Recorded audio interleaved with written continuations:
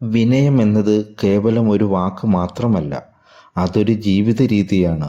മറ്റുള്ളവരെ ബഹുമാനിക്കുവാനും അവരുടെ കുറവുകളെയും കഴിവുകളെയും അംഗീകരിക്കുവാനും നമ്മെ പഠിപ്പിക്കുന്ന വലിയൊരു പാഠമാണത്. ഒരു നദി ശാന്തമായി ഒഴുകി താഴ്ന്ന സ്ഥലങ്ങളിലേക്ക് എത്തുന്നതുപോലെ വിനയമുള്ള ഒരു ഹൃദയം മറ്റുള്ളവരിലേക്ക് എളുപ്പത്തിലെത്തുന്നു. വിനയം നമ്മുടെ ആത്മാവിൻ്റെ സൗന്ദര്യമാണ്. അത് നാം ധരിക്കുന്ന വസ്ത്രത്തിലോ സംസാരിക്കുന്ന വാക്കുകളിലോ അല്ല, മറിച്ച് നമ്മുടെ പ്രവൃത്തികളിലാണ് കാണാൻ കഴിയുന്നത്. ലോകത്തിലെ എല്ലാ പ്രതിസന്ധികളെയും അതിജീവിക്കുവാൻ കഴിയുന്ന ഒരു ആന്തരിക ശക്തിയാണത്. വിനയത്തിൻ്റെ പാതയിലൂടെ സഞ്ചരിക്കുന്ന ഒരുവന് ഒരിക്കലും വഴിതെറ്റില്ല. കാരണം അവൻ്റെ ഹൃദയം സ്നേഹത്താലും ബഹുമാനത്താലും നിറഞ്ഞിരിക്കും. എല്ലാ കൂട്ടുകാരെയും റാണീസ് വേൾഡിലേക്ക് സ്വാഗതം ചെയ്യുന്നു.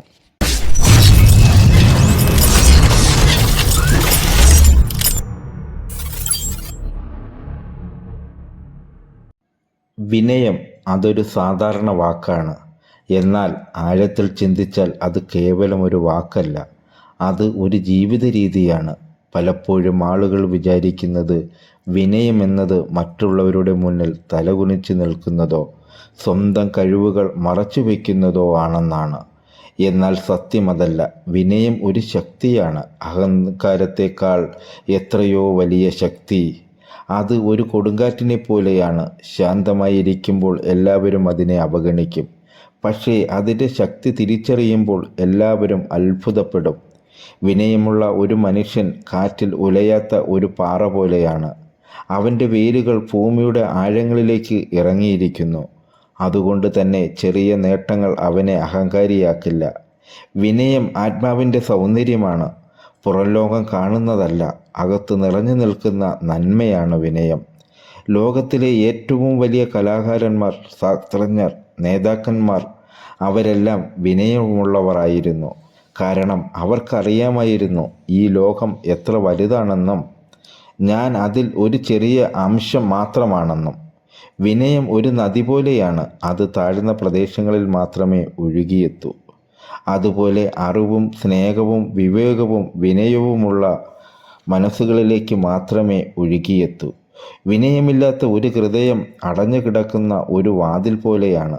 അതിലേക്ക് ആർക്കും കടന്നു ചെല്ലാൻ കഴിയില്ല. വിനയം അതൊരു പുഴ പോലെയാണ്. എത്ര ഉയരത്തിൽ നിന്ന് ഉത്ഭവിച്ചാലും അത് താഴ്ന്ന സ്ഥലങ്ങളിലേക്ക് മാത്രമേ ഒഴുകിയെത്തൂ. ഒഴുക്കിനിടയിൽ അത് കല്ലുകളെ തഴുകി തീരങ്ങളെ പുണർന്ന് മണ്ണിനെ ഫലഭൂഷ്ടമാക്കി മുന്നോട്ടു പോകുന്നു.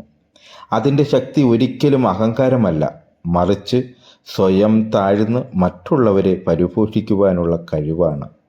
പുഴ എത്ര വലുതായാലും അത് കടലിൽ ചേരുമ്പോൾ അതിൻ്റെ പേര് നഷ്ടപ്പെടുന്നു. സ്വന്തം വ്യക്തിത്വം മറ്റൊന്നിനു വേണ്ടി സമർപ്പിക്കുന്ന ആ നിമിഷമാണ് വിനയത്തിൻ്റെ ഏറ്റവും വലിയ സൗന്ദര്യം.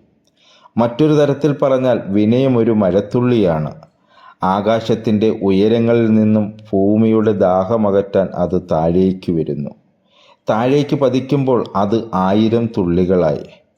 ഓരോ തുള്ളിയും ഓരോ പുൽനാമ്പുകളെയും പൂക്കളെയും തഴുകി ജീവൻ നൽകി മുന്നോട്ടു പോകുന്നു. അതിൻ്റെ വീഴ്ചയല്ല, അത് നൽകുന്ന ജീവനാണ് അതിൻ്റെ മഹത്വം. വിനയമുള്ള മനുഷ്യനും അതുപോലെയാണ്. അവൻ സ്വന്തം ഉയർച്ചയിൽ അഭിമാനിക്കുന്നില്ല, മറിച്ച് തൻ്റെ പ്രവർത്തനങ്ങളിലൂടെ മറ്റുള്ളവരുടെ ജീവിതത്തിൽ ഒരു പുഞ്ചിരി വിടർത്താൻ കഴിയുമ്പോൾ അവിടെയാണ് അവൻ യഥാർത്ഥത്തിൽ പൂർണ്ണനാകുന്നത്.